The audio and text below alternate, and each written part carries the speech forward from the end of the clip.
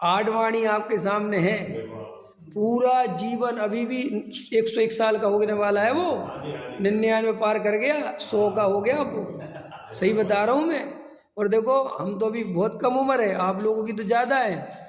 आप लोग आडवाणी का संघर्ष बताओ। आपको पता नहीं है आडवाणी बीजेपी का दूसरा स्तंभ है। ये बीजेपी 2 स्तंभों पे खड़ी थी, माने शुरुआत की जो है ना, इसको थोड़ी मजबूती देने अटल बिहारी वाजपेयी और लाल कृष्ण आडवाणी, भाई साहब इन दो ही की जोड़ी थी। और सारी दुनिया कहती थी कि अटल बिहारी वाजपेयी जाएगा और बीजेपी में पीएम का प्रबल दावेदार आडवाणी है, इसमें कोई शंका ही नहीं थी। बोलो क्या हुआ? अरे छोड़ो, उसके भाग्य में पीएम तो छोड़ो, राष्ट्रपति नहीं बन पाया।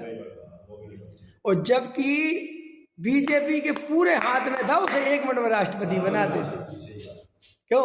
वो मुर्मू को उठा ले आए उसके पहले वो कोविंद को उठा ले आए समझ में? क्यों? कि भाई ये आडवाणी से कुछ नहीं मिलेगा, कोविंद को बनाएंगे तो ये वोट बैंक तैयार होगा, मुर्मू को बनाएंगे तो ये आदिवासी वोट बैंक तैयार होगा। अब ये सब अपन की भाषा है, व्यवहारी जनों की ये भाषा है, अपन की भाषा है ना।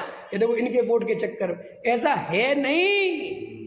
मुर्मू का प्रबल उदय था, बिल्कुल राष्ट्रपति का योग बन गया था, तो उसको भी नहीं पता था कि मैं राष्ट्रपति। आपको पता है जब मुर्मू पे खबर पहुंची कि तुम्हें राष्ट्रपति पद का उम्मीदवार बनाने वाले, उसने कहा क्यों मैं, मेरा क्या संबंध है भाई, मैं कहाँ से आ गई? बोले चुना गया, चलो। क्या ऐसा नहीं है? फोन में बोला मैं कहाँ से आ गया, बता वो कहाँ की है, उठा गया बैठा दिया।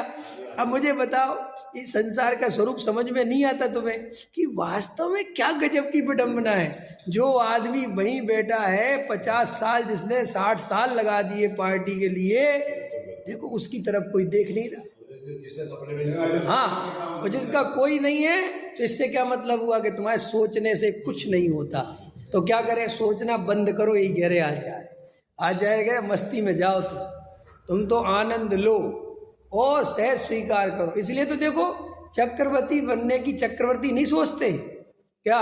भरत जी जब चक्रवर्ती नहीं थे तो वे सोचते थोड़े थे कि मैं चक्रवर्ती बनने वाला हूँ, कुछ नहीं, और एकदम आए कि भैया चक्रवर्ती, तो ठीक है चल।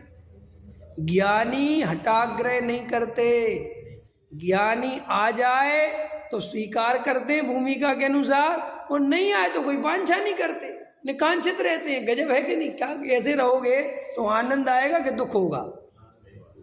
अगर श्रद्धा के साथ जियोगे तो आनंद रहेगा कि दुखी रहोगे? अरे दुखी तो रहते ही इससे हैं कि महत्वाकांक्षाएं पालते हैं, और इस मान्यता से पालते हैं कि हम करेंगे तो होगा, तो और दुख, और जबकि होता कुछ नहीं। देखो जीव कितनी ताकत लगाता है, कितनी दौड़ लगाते हैं अपन सुखी होने के लिए, और करते करते एक दिन पर्याय पूरी हो जाती है, और बुढ़ापा घेर लेता है और मृत्यु की सैया पर लेट जाता है। और श्री गुरु कहते देखो ये दौड़ लगा रहा था सुखी होने के लिए एक वो कहानी मुझे बहुत अच्छी लगती है। कौन सी? कि एक राजा का राज्य था, और उसने कह रखा था कि हमारे यहाँ पर जो भी जितनी जमीन नाप ले उसकी, सुनी होगी सबने, 55 में पढ़ी वो कहानी। साहब ठीक है, क्यों? कि लेकिन एक बात है, आज तक जितनी भी जमीन लेने आए सब मर गए, पता नहीं क्या चक्कर है। एक ने कहा अरे मैं जाता हूँ, मैं नापता हूँ।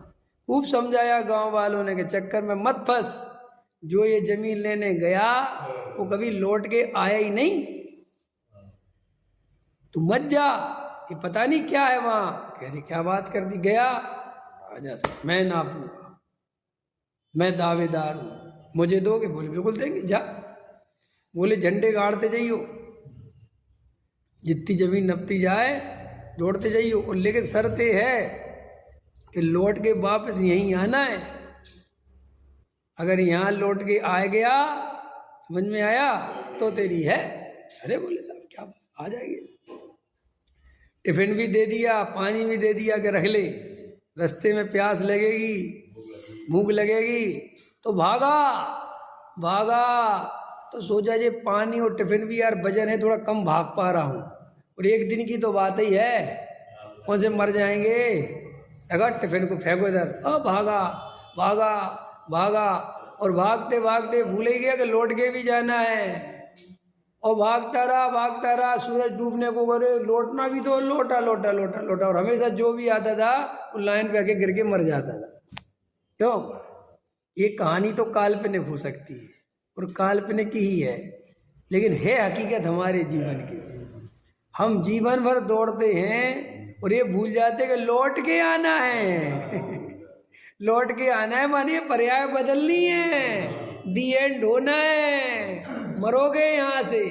और अगर ये खोटे परिणाम रखे, अभिप्राय खोटा रखा, आत्मानुभव नहीं किया, तो महादुख के समुद्र में डूबना है। ये सर्वज्ञ देव की वाणी है, मानो चाहे मत मानो, जब डूब जाओगे तब मानने लायक बचोगे नहीं।